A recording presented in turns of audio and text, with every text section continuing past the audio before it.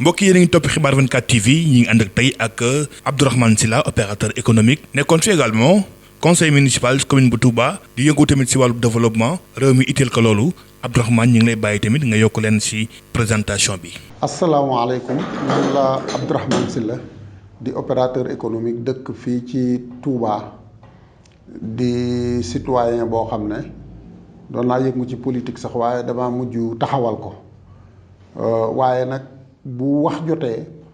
képp koo xam ne si bokk nga ci ñi nga xam ne si ñoo bokk réew mi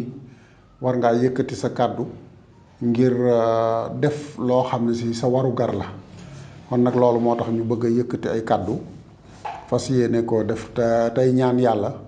mu def mu nekk kàddu yoo xam ne si yuy amal réew mi njariñ la amal ko nit ñi amal ko li nga xam ne si moom la ñu bokk muy maanaam bien commun bi nga xam ne si mooy Sénégal jërëjëf. coow li bari na boobu léegi ñeel affaire privée comme ni ñu koy faral di waxee dem ba si place publique ñëw au sommet de l'État yëngal tous les pouvoirs législatifs judiciaires ak exécutif ba jamono ji sax ñu ngi koy jéem a internationaliser indi ay manif si biir réew mi taal yi bari na yàq yi bari na dëkk bi paralysé na tey noo ko jàngatee l'affaire Ousmane Sonko. jortu naa ne bu fekkente ne dañoo xool côté violence bi muy yëngutu yi ak yàq yeeg toj yeeg xeex beeg xeexoo bi yaakaar naa ne liñ koy mën a méngaleel mooy lu mel ne élection yi fi amoon 1988 ba nga xam ne si waraloon na ñu dem ci li ñuy wax année blanche taxoon maanaam ñu benn élève wala benn étudiant jàllutoon ci at moom bu fekkente ne ci sama fàttaliku loolu lañ koy xaw a mën a méngaleel waaye muy loolu muy leneen daal lu garaaw lu doy waar lu naqarlu lu garaaw lool moo xew fi mu ne nii ci Sénégal ndax am réew ay fondement am dafa war a dëgër te itam yaakaaroon nañ ne fondement Sénégal dëgër na waaye mbir mi àgg na foo xam ne yëngal na fondement Sénégal rëg-rëgeeku ba nga xam ne si képp koo xam ne xam nga li xew te Sénégal ñor na la tiit nga kon nag bu lu mel noonu amee wares na koo xool bu baax a baax ku ne xoolaat boppam ñu def njàngat lu xóot fexe ba li ko indi ñu identifier ko la cay saafara ñu wis ko ci ba nga xam ne si dana sedd guy te ñu jànge ci njàngat yoo xam ne dana tax bu ëllëgee lu mel nii dootu mën a yëngal sunum réew ndax lan moo xew dëgg-dëgg lan mooy décor bi moo di que ay ñaari citoyen jiñante nañ kii ne kii damaa def kii ne defuma ko loolu nag bu fekkonte ne fekk na li war a tege lépp tege te dëgër mel na mu war a mel kon loolu ñu baree bari sax duñ ko yëg du jar sax yàqi nelaw yow ka gën a sori ca Sénégal ay nelawam loolu waru koo yàq ndax dafa waroon a fekk fi mu ne nii tey jiñante bi bu fekkonte ne fekk na suñu justice suñu yoon li nga xam ne si moom lañ jox dooleel ko ne ko bu problème amee nga àtte ko bu fekkoon ne fekk na mu taxaw dama war a taxawee confiance bañ ko war a jox ñëpp jox ko kon bu boobaa képp ku wax rek dañ lay daal di wax ne la yóbbu ko ca di yoon te bu demee ca yoon xelum ñëpp dal bu ko defee mu def ca lam ca war a def waaye mel na ne war nañ cee jële jàngat ne que sunu yoon mooy justice bi di benn ponk ci ponk yi nga xam ne si moo tëye réew mi mel na ne ñi nga xam ne si ñoom lay atteel mel na ne ñu ci baree bari bu dul ñi ci ëpp itam ñu ci baree bari wóoluwuñ ko te loolu nag lu dangereux la te loolu moo indi lii ndax buñ nee nañ dem ci yoon ñu bari jeexi jaaxa ne buñ demee ci yoon ne dëgg du fa jib loolu noonu lu garaaw loo xam ne dara gënu ko garaaw maa ngi fàttaliku ci élection américaine yi passé dañ maa invité ci benn rajo de la place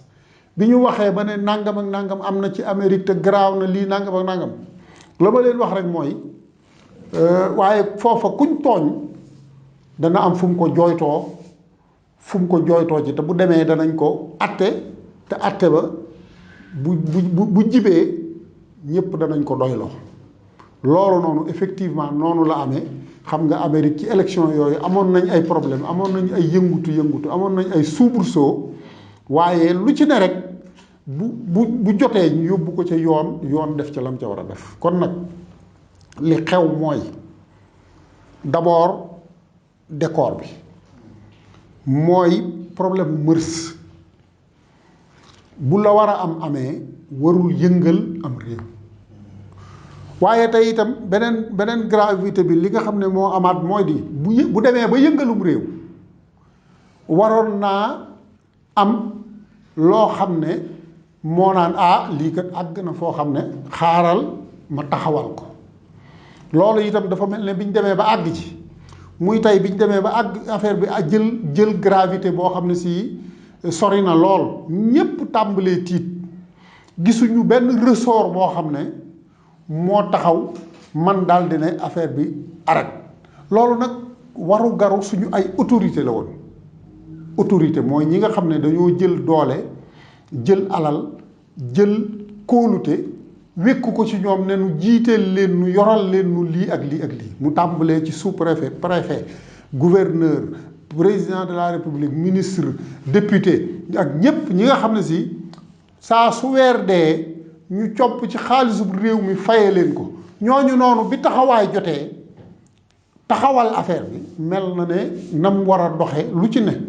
doxewut nam war a doxe ba tax affaire bi moo waral affaire bi agsi fii. kon nag mbir mi lu jar tiit la te man day tiit naa ci lool te képp koo xam ne xam nga li xew tiit nga. ñu gis ni jamonoy Abdoulaye Wade daan na am ay yëngu waaye tamit daawuloon àgg fii sama gisin tey ji na nga jàppee boo méngalee taxawaayu président Abdoulaye Wade ak bu régime bu Macky Sall si wàllum gestion de crise ak it jafe-jafe yi nga xamante ne askan ñu ngi koy dund. maanaam xam nga ñaar yi nga comparé muy maanaam jamonoy Abdoulaye Wade ak jamonoy Macky Sall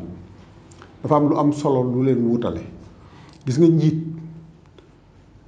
buñ tolloo ci situation de crise soxlawuñu lenn soxlawuñu xam-xam bu bari soxlawuñu alal ju bari soxlawuñu coow lu bari soxlawuñu naxante bu bari soxlawuñu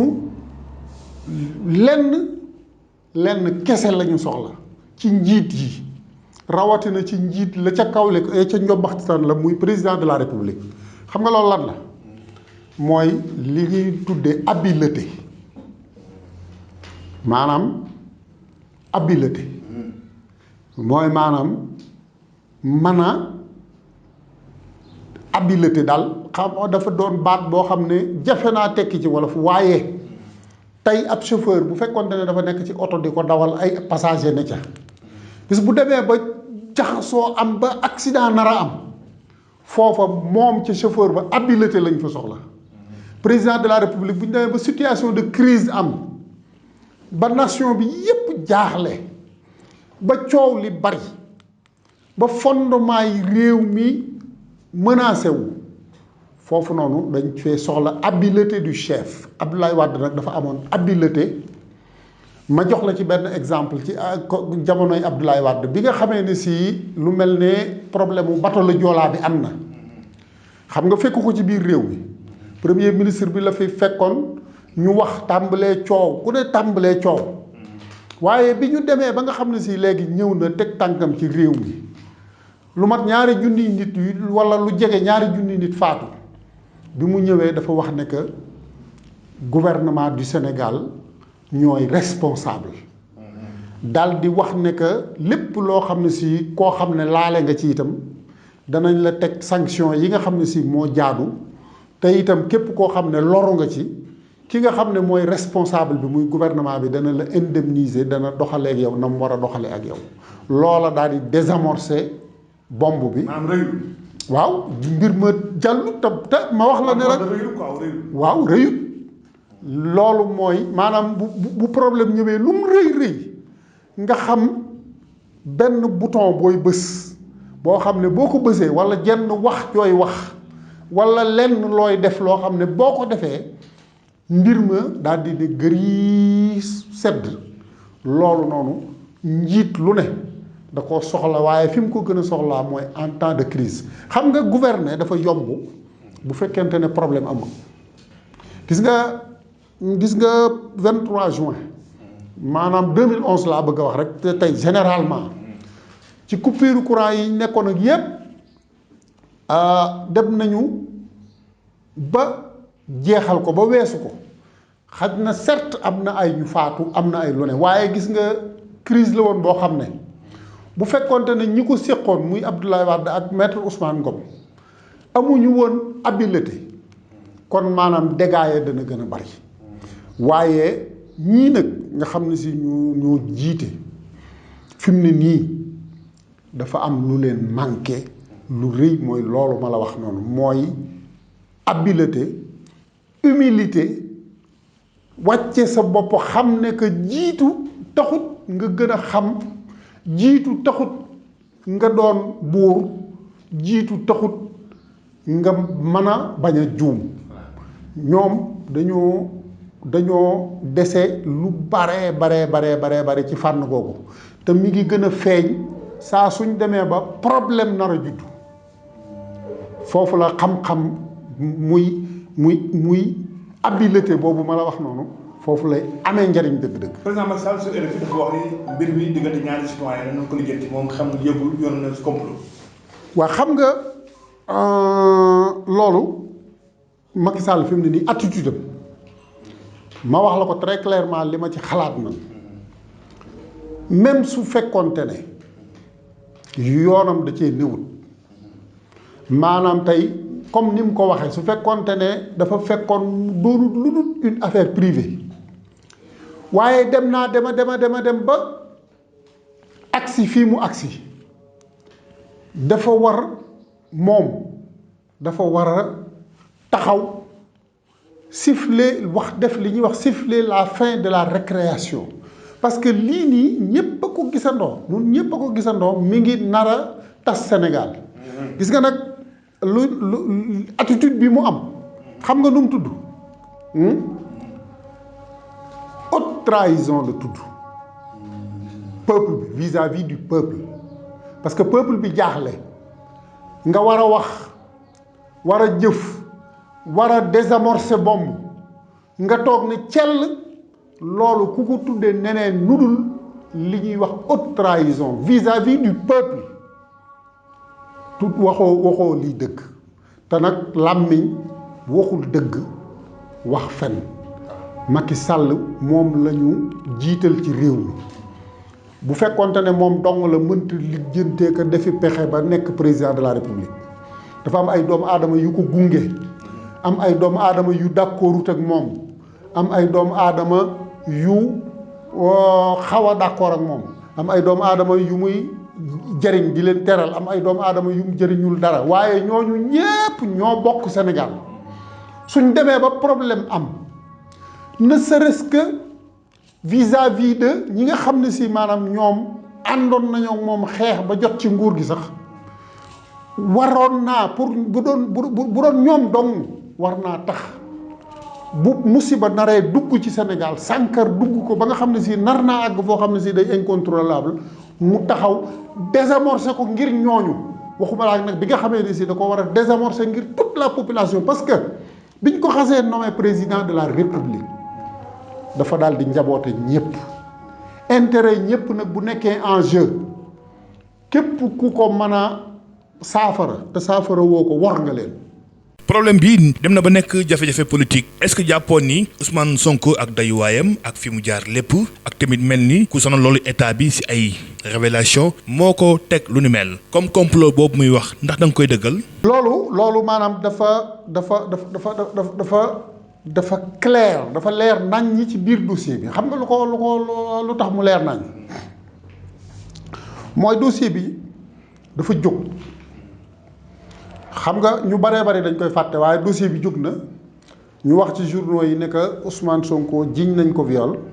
nangam ak nangam daw nañu lu war a jege ab semaine boo xam ne xam nga boo ko fàttali ko ci la Ousmane Sonko defoon benn sortie ci Facebook bi wax ne que moom deful dara nangam ak nangam ñépp na tekk bàyyi ne cell ñu di ci coow nii di ci wax nii mais dépassé gul dara waaye biñ demee ba mu yàgg nag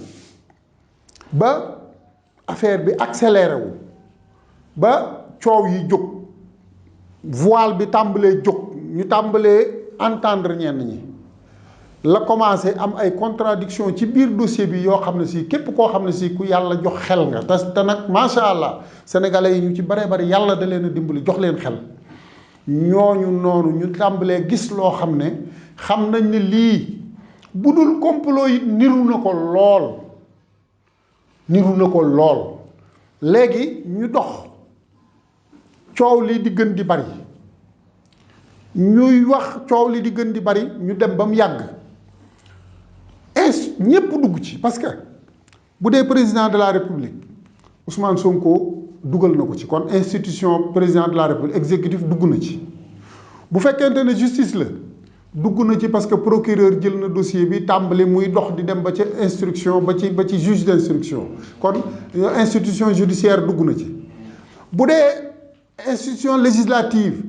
muy assemblée nationale levé loo nañ leen immunité parlementaire kon loolu bu mbir dee dox jéego yépp ba laal institution yépp ba nëga ni nit di ñimee taxaw di wax naan affaire privée la xam nga ne loolu ak naa fekk raw ko une affaire privée mënta laal institution yépp te fu mu ci laal rek laal ga dafa ànd ak coow xam nga ne assemblée nationale levé immunité parlementaire bi kenn ñimee wut ne àndut ak coow ci président de la république Ousmane Sonko da koo jiñ ne ko mooy comploteur en chef bi justice bi dem nañu ba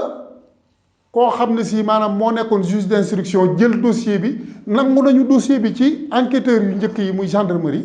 jox ko juge d'instruction boobu dem ba mu yàgg mu génnee ci loxoom léegi ne génn na ci dossier bi mu delluwaat feneen kon ku ne xam na ne bu fekkonte ne même bu fekkonte ne ki ci xalaatutoon dara itam gis na ne léegi lii kat nii problème réew mi la parce que laal na bànqaasi réew mi yépp léegi nag ay nit toog ba nëgë ni si ñu continuer di wax naan affaire privée la loolu noonu moo waral li ma la waxoon léegi ne la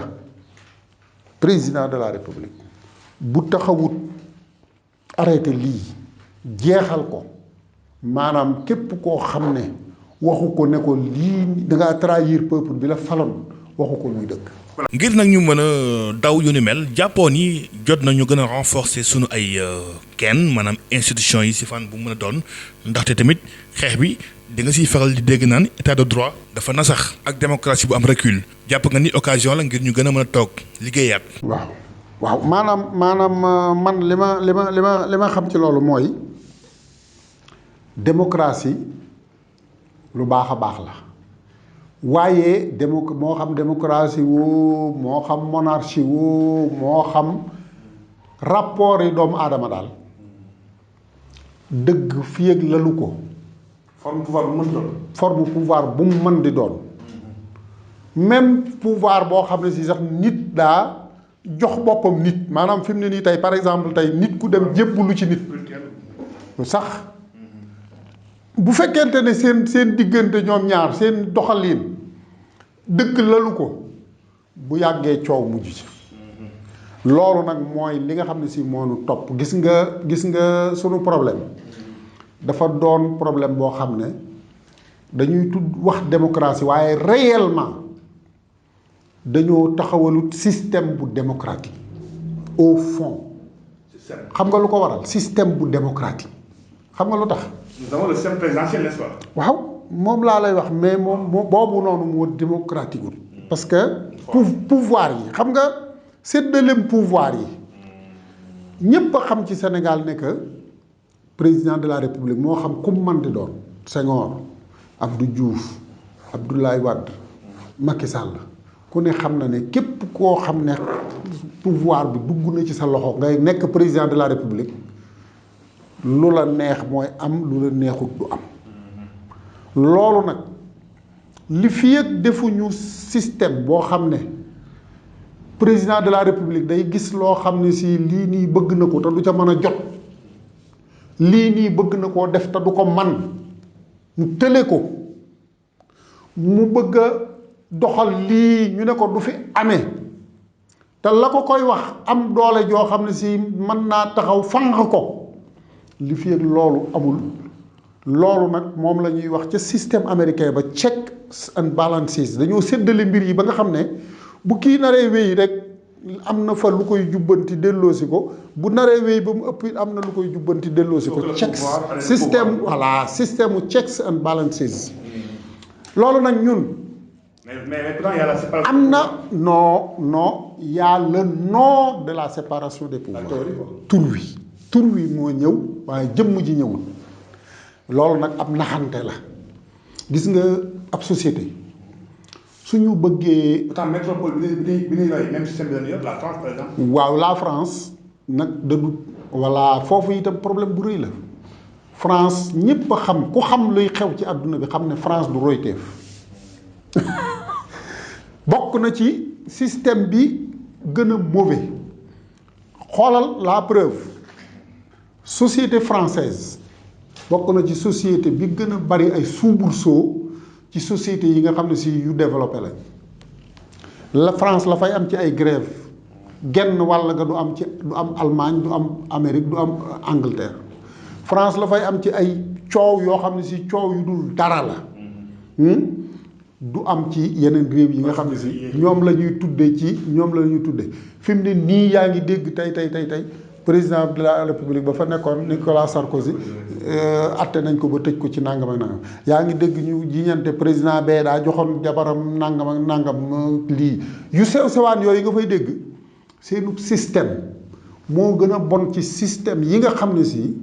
mooy système yi nga xam ne si ñi tudde réew yu développé teg nañ ko. kon nag France googu ku doonut royteef nga dem di ko roy léegi sab système mënta baax te nun danoo jël taar ya bàyyi fa la ca baax am na fa lu tane. waaye ñoom ñoo jàngale la liberté des individus et leurs droits ñoom ñoo koy jàngale ñoo ko jàngale waaye avant ñu koy jàngale luñ def dañoo ñëw coloniser la, dañoo ñëw jàpp ay jaam, dañoo ñëw ba fi mu ne nii ñuy continuer domination am ay di def ay contrat yu kenn xamul. exploitation dañuy tudde exploitation de l'homme par l'homme ci français la tàmbalee ci la yem maanaam kenn daqu ko ci àdduna bi. kon nag ku mel noonu bu fekkente ne rencontré woon nga ko ci sa trajectoire historique itam da ngaa war a tàggoog moom ab yóbbal. gis nga liy dëgg mooy France moom li fi ak maanaam daggunu sunu buumi njaam yi dox suñu diggante ak moom maanaam coow lu mel ne lii nu am nii duñ ci jóg. mel na ni également am na yeneen njeexintal ci xeex bi ndax gis nañu ni am na ay xale yu génn ndax jàppoon ni également chômage bi moo ko waral ak sonn bi ñuy wax ni dañ koo sonn ak yu ni mel ak jàppal bàyyil tey jii est-ce que cause yi nekkul tamit yeneen cause sociale pourquoi pas. effectivement c'est-à-dire mooy li ma la waxoon te résumé la ko ci benn baat mooy bépp rapport humain sociétal bu dëgg lalut maanaam fi mu ne nii ku ne xam na ne képp koo xam ne si am nga parcelle de pouvoir ci Sénégal muy ñi nekk ci assemblée ñi nekk ci justice bi ñi nekk ci exécutif bi ñi yor ay poste ministre yeeg yooyu ñi ngi dund bu mucc ayib ñeneen ñi ci des ñépp di dund boo xam ne si dundu wereyaan loolu nag li fii ak loolu noonu corrigé wuñ ko muy nit koo xam ne si day juddu jéem la man ay bokkam jéem la man ñu fexe ba mu jàng am xam-xam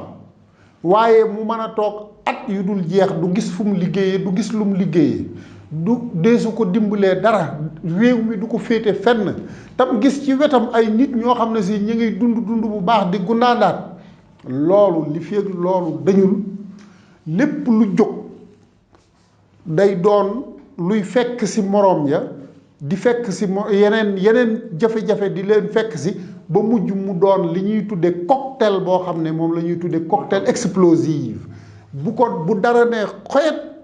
comme lii nii fi mu ne nii ay genre brin d'allumette la boo xam ne si dafa ne xoyet muy li jiñante bi nii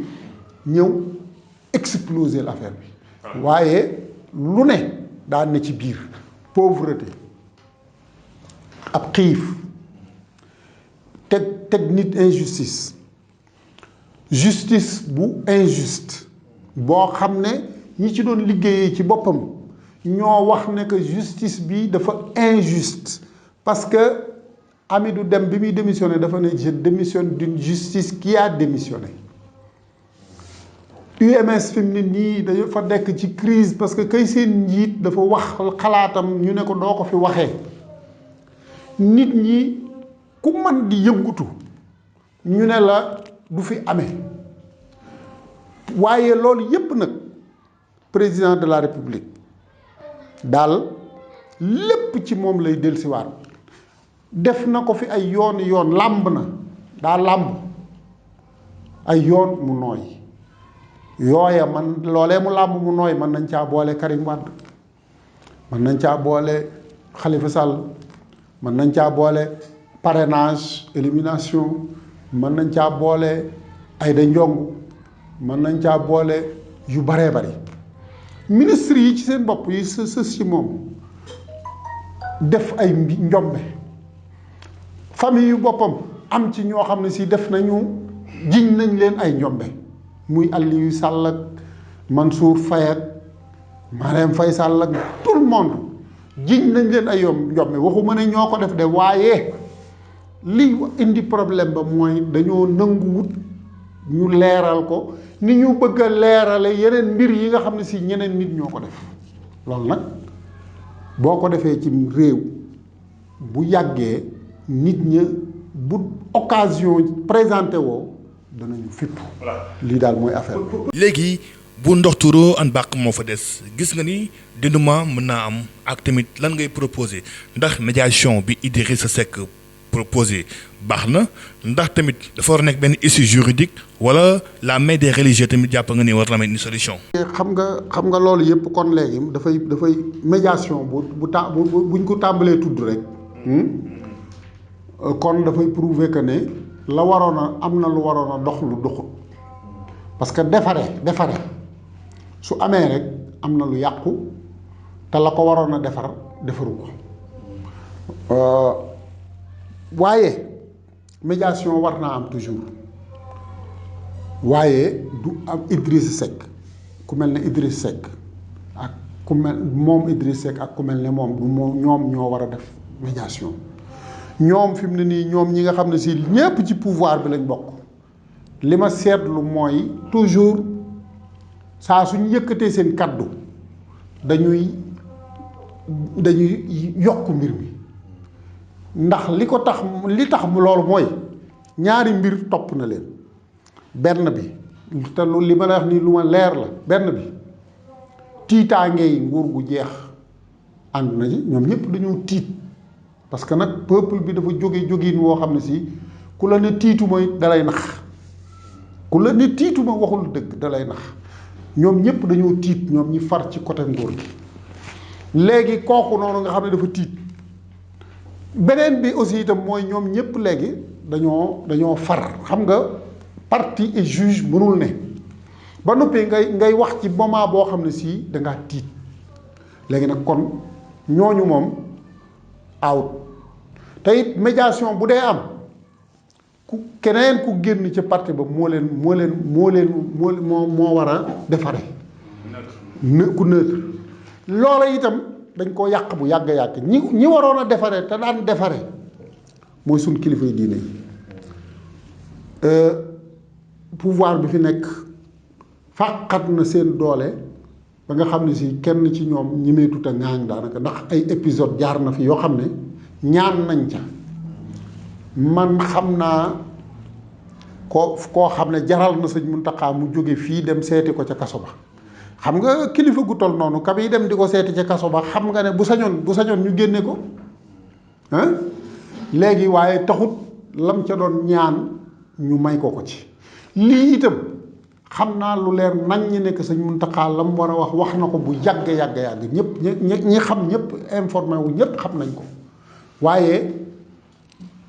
ki nga xam ne si mooy ndeyi mbilli gi di ki ñu war a ñaan moom la ñuy wax mu lànk waaye en tout état de cause Touba moom ci mbir mi Touba ak kilifa it waa Touba ñoom ñëpp ils sortent grandis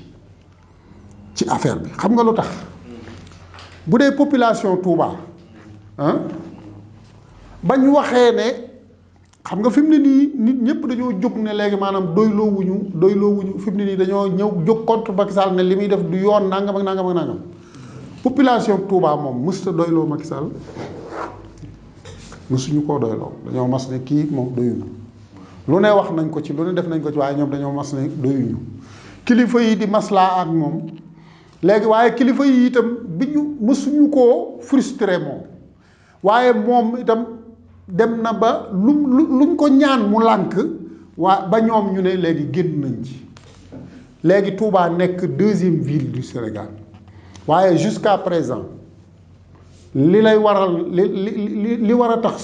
sunu autorités yi fonk kilifteef xoolal dëkk bu toll ne Touba di deuxième ville du Sénégal coow lu toll nii am fi te kilifteef tax Touba képp la fi xat damagu fa seenub liggéey dara yàqagu ko ñi ngi nekk ci seen jàmm di dem di dikk déggal seen kilifa loolu nag nangu kilifteef a ko waral moo tax may wax ne ci réew mi yépp war nañu roy ci Touba ak waa Touba parce que dañoo defee ne dafa am loo xam ne si itam lu ñu réeré te lu ñu war a wax la population bi nekk ci Touba fi mu ne nii war nañoo tax ñu dellusiwaat ci suñu bopp xam nga lu tax nit ñu intelligent ñoo xam ne ku leen gis da nga leen di teg ñu dul dara ñu ñàkk fayda waaye ñi gën a intelligent ci Sénégal ci Touba lañ dëkk xam nga lu tax mas ngaa dégg fu ñuy yërëme waa Touba naan waa Touba de population Touba wa de danañ dee ko xiif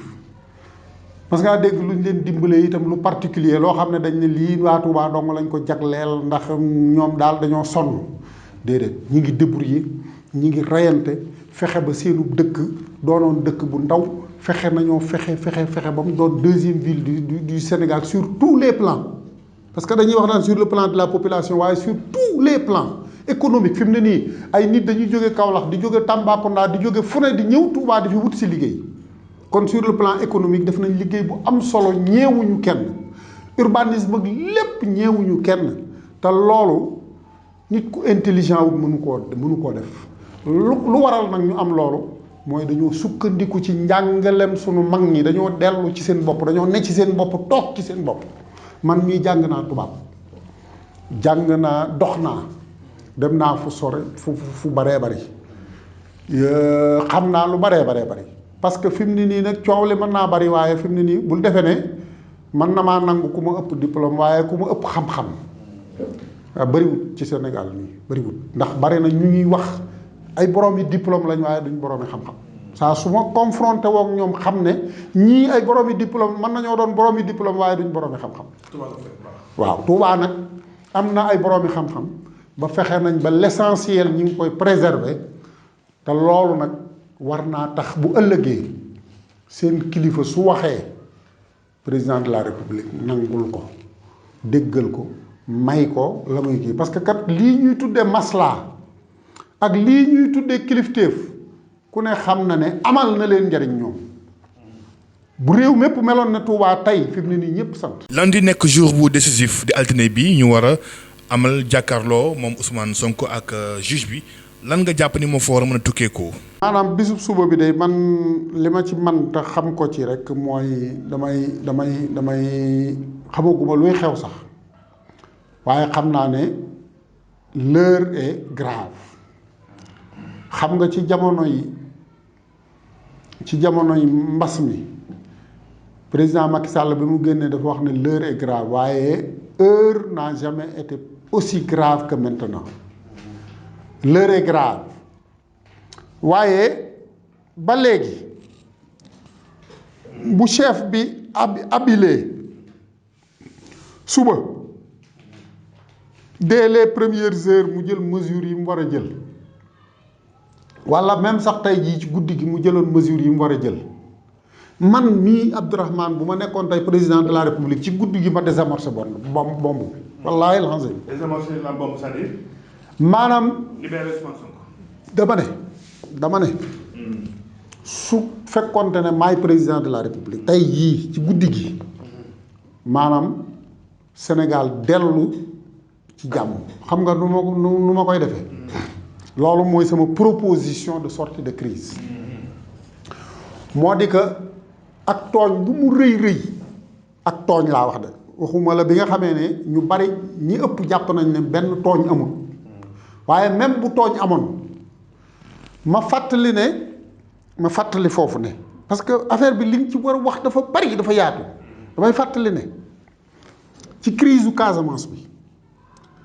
ñoom Abbé Diabakoune ñoom ak ñeneen ñu jàppoon ñoo xam ne si dañ leen a jàppe ca Casamance ñu nekkoon ñi nga xam ne si ñooy mener combat contre le Sénégal bëgg di revendiquer indépendance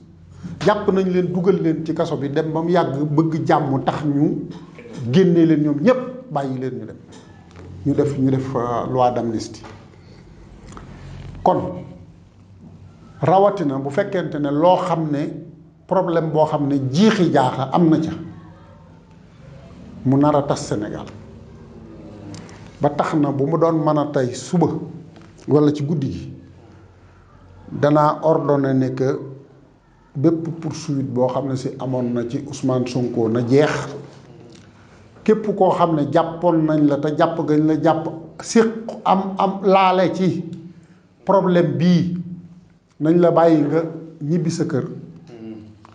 ba noppi itam ma joxe ay gage moom président de la république war a joxe ay gage parce que coow li lu mu bari ñépp xam nañ ko moom dañ koy xaare maanaam moom président de la république gis nga fi mu ne nii yëf yi li tax mu gën a tàng mooy 3e mandat bii mu waxut lu kii gis nga nit ñi bañ nañ ko bu yàgg lu ci am solo la mën naa laa wax ne la 50% au problème bi loolu la nit ñi dañ koo bañal lu mu waxagut ne dana ko def de waaye nit ñi gis nañ ne que jéego yi muy séqi foofa la jëm kon na wax nit ñi ne du ma def 3e mandat dinaa organiser ay élections yu transparente yu présidentielle bu jotee képp koo xam ne si bëgg nga cee bokk muy Karim Wade muy Khalifa Sall muy keneen ak keneen ku man di doon ku remplir conditions ya prévues par la loi da nga ci bokk képp koo xam ne si gañe nga mu yëkkati nguur gi teg ci sa loxo gis nga bu boobaa bu defee loolu tey jii bu doon koo xam ne si sax dañ koo defal loolu maanaam organiser mu normal lépp transparent mu jaar ci yoon moo xam muy ku nekk ci booram ku nekkut ci beneen boor ñépp ñu doxal mbir mi ci dëgg ku fi falu soo ko bëggee indil problème ñu ne la déedéet képp koo xam ne jàppoon nañ la moo xam mu tàmbalee ko ci Sonko ak ñépp ñi nga xam ne si jàppoon nañ leen te mu laale ak mbir mii ñu taxawal ko ndax ci turu bañ Sénégal tas nga xam ne même bu fekkonte ne ak tooñ daa amoon sax tax maanaam ci turu bañ Sénégal tas war naa tax maanaam ñu taxawal ko kon ñu taxawal ko delloo bàyyi ñépp ñu ñibbi seeni kër mu taxaw solennellement wax ne que ñi ci faatu ñépp danañu leen réew mi dana leen sargal dana leen màndargal dana leen jaale dana leen jàppale seeni njaboot loolu noonu aspect bu am solo la parce que ay nit ñu faatu ci turu xeex liberté ak indépendance faatu ci faatu goo xam ne si gu ñaaw la boo bëggee apaisement da nga def geste bu jëm ci ñoom su defee loolu ba noppi mu wax lii ma la wax nii maanaam nekk élection yii di ñëw man duma ci bokk képp ku ci bëgg a bokk di itam danañ ko jaarale ci yoon woo xam ne si bu la yoon mayee nga bokk ca Karim Wade mi nekk ci àll bi ñibbisi Khalifa Sall am ay droit ñépp ñépp yem ci Sénégal ñu départ un nouveau départ sur ce plan ñu compétir képp koo xam ne si gañe nga mu yëkkati lenge yi teg ci sa loxo moo xam ku mu man di doon ma ne la bu booba woon kooka bu bëggee yëkkati fitna wala ay coow bëgg koo teg ci kawam nit ñi danañ taxaw ci kawam danañ ne kooka moo déet lii nii jàpp naa ne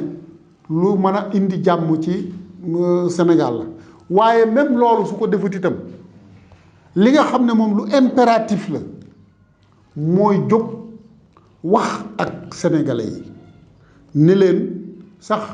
massa coono parce que gis naa bu nit faatoo France bu problème amee France au moins dana tweeter léeg-léeg mu déplacé wu ba dem ba àgg fa bi George Floyd faatoo ca États-Unis yooyu yépp wala bu ay nit faatoo ca Mali dana ca yëkkati kàddoom wax ne que lii nii naqari na ko lii ak laa kon nag léegi rawatina bu benn doomu aadama dong faatu woon ci Sénégal loolu war na waxuma laak bi nga xam ne si ñi ngi tudd ay juróom-ñaari nit jëm fukk loolu noonu ñu wax ci wax ju leer nañ ñetti point yi daal mooy li nga xam ne si bu ko defoon tey bu subaa moom ci boppam sax day mujj renverser situation parce que boo seetloo fi mu ne nii est-ce que xam nga dëgg-dëgg Sonko fan la situation bi renversé woo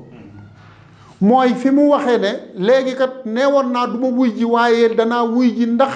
kilifay diine yi ak samay avocat ak samay xarit ak sama waa parti ak yooyu nee nañ ma wuy ji gi moo gën ci Sénégal fi mu ne nii foofa mooy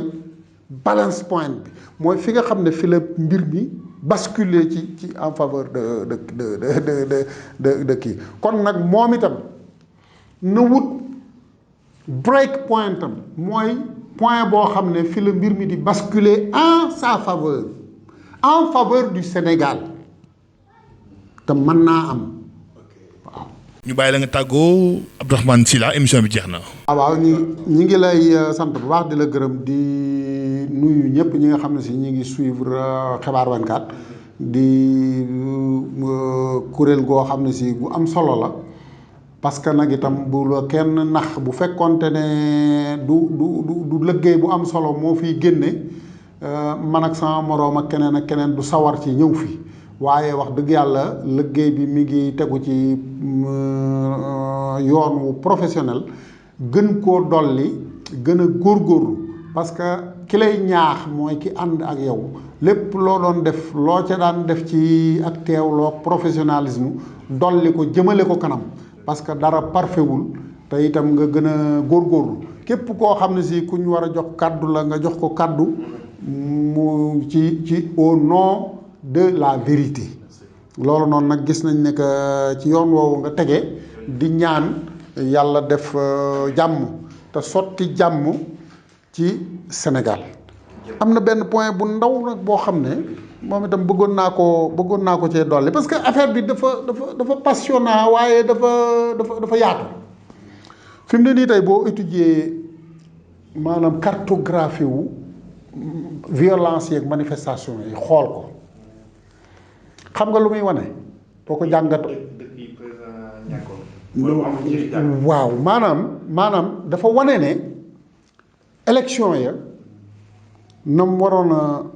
jaare yoon ni nit ñi war nangu ni ko nit ñi nangule woon niñ waxee ne ni la ko nit ñi nangule